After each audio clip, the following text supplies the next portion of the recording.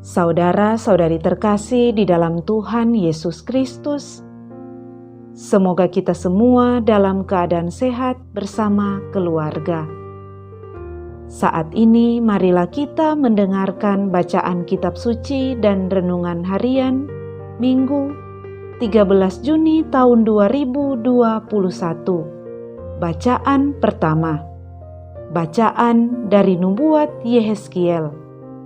Beginilah firman Tuhan Allah, aku sendiri akan mengambil sebuah cabang dari puncak pohon aras yang tinggi dan menanamnya.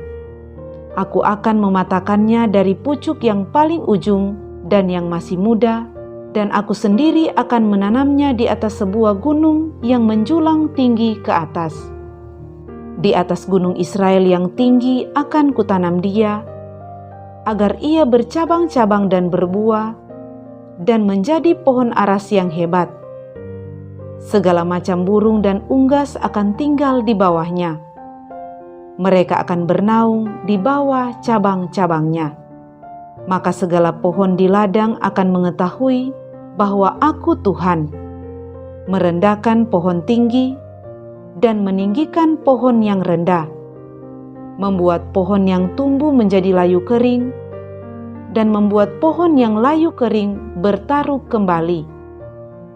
Aku Tuhan telah mengatakannya dan akan membuatnya. Demikianlah sabda Tuhan. Syukur kepada Allah.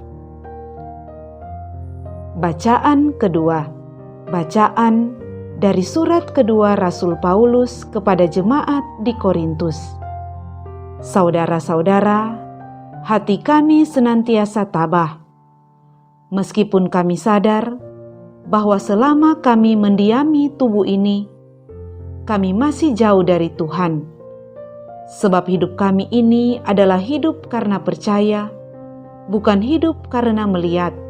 Toh hati kami tabah, tetapi kami lebih suka beralih dari tubuh ini untuk menetap pada Tuhan. Sebab itu kami berusaha, entah di dalam tubuh, entah di luarnya, supaya kami berkenan kepada Allah. Sebab kita semua harus menghadap takhta pengadilan Kristus, supaya setiap orang memperoleh apa yang patut ia peroleh, sesuai dengan yang ia lakukan dalam hidup ini, baik ataupun jahat. Demikianlah sabda Tuhan. Syukur kepada Allah. Bacaan Injil. Inilah Injil Yesus Kristus menurut Markus. Dimuliakanlah Tuhan. Sekali peristiwa, Yesus mengajar di hadapan orang banyak, katanya, "Beginilah hal kerajaan Allah. Kerajaan Allah itu seumpama orang yang menaburkan benih di tanah. Malam hari ia tidur, dan siang hari ia bangun, dan benih itu mengeluarkan tunas, dan tunas itu makin tinggi. Bagaimana terjadinya, orang itu tidak tahu. Bumi dengan sendirinya mengeluarkan buah, mula-mula tangkai, lalu bulir, kemudian butir-butir yang penuh isinya pada bulir itu. Apabila buah itu sudah cukup masak, orang itu segera menyabit, sebab musim menuai sudah tiba."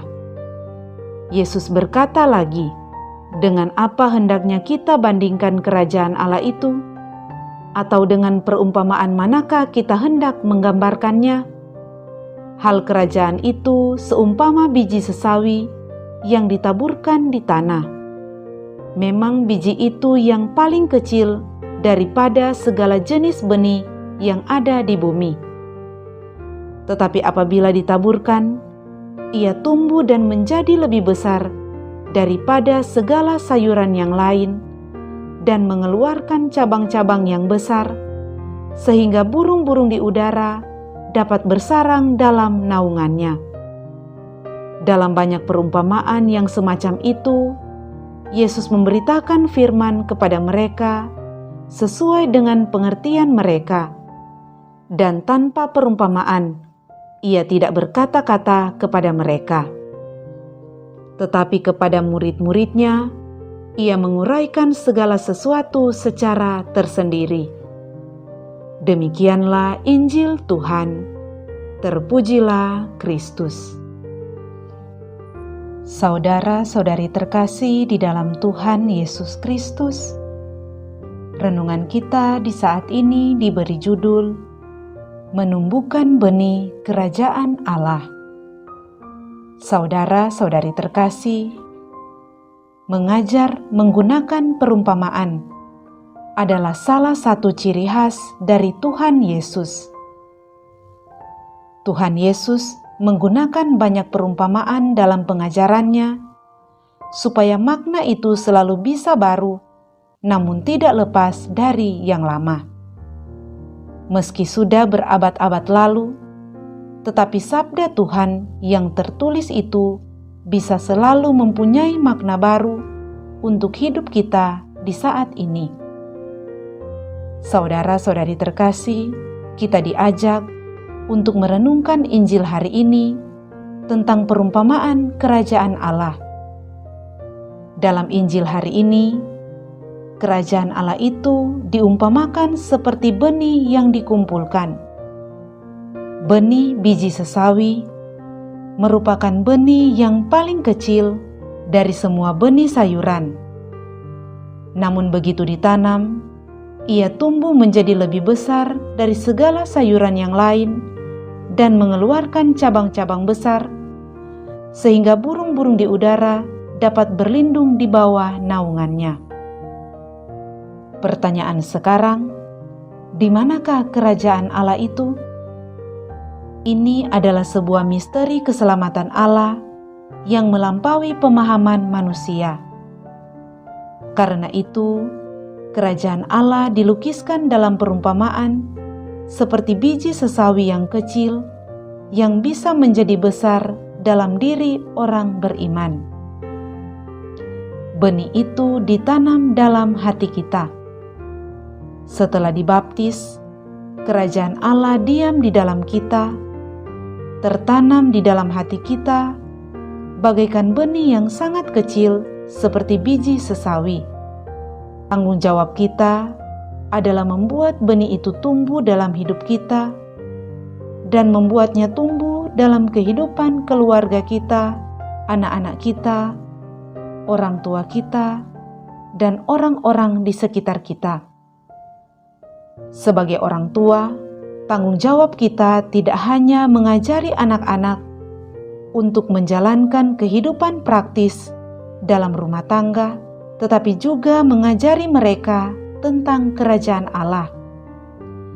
Mulai dari hal-hal yang kecil, seperti mengajari mereka berdoa sebelum makan dan sebelum tidur, mengajar mereka membuat tanda salib, dan mengucapkan kata-kata pujian untuk hari yang baru yang boleh diberikan oleh Tuhan.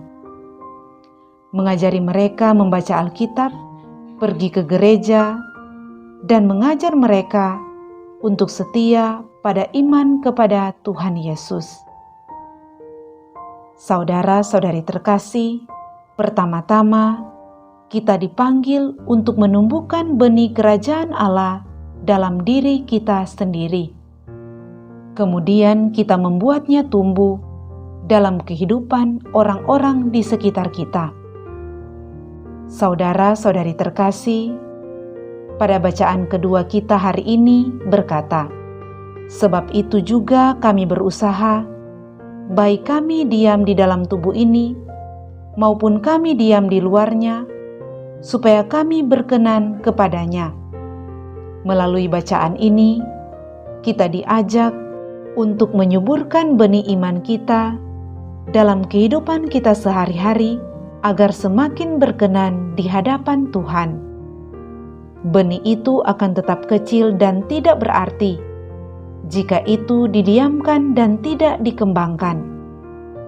Sebaliknya, jika kita memupuk benih iman dalam diri kita, maka kita akan terbantu untuk diperkaya oleh iman itu dan hidup sesuai kehendak Allah, serta membiarkan diri kita dituntun oleh Allah untuk hidup secara benar di hadapan-Nya dan di hadapan sesama, serta dimampukan untuk mengerjakan rupa-rupa karya kebaikan dan cinta kasih untuk keluarga kita dan sesama kita di sekitar kita. Dengan cara demikian, maka kita menjadi sarana kehadiran Allah di tengah lingkungan hidup kita, di mana orang lain dapat berlindung dalam keadilan dan kebenaran yang kita tunjukkan dalam kehidupan kita sehari-hari. Semoga Tuhan menolong kita untuk menumbuhkan benih kerajaan Allah dalam diri kita dan diri orang-orang di sekitar kita. Semoga demikian. Amin.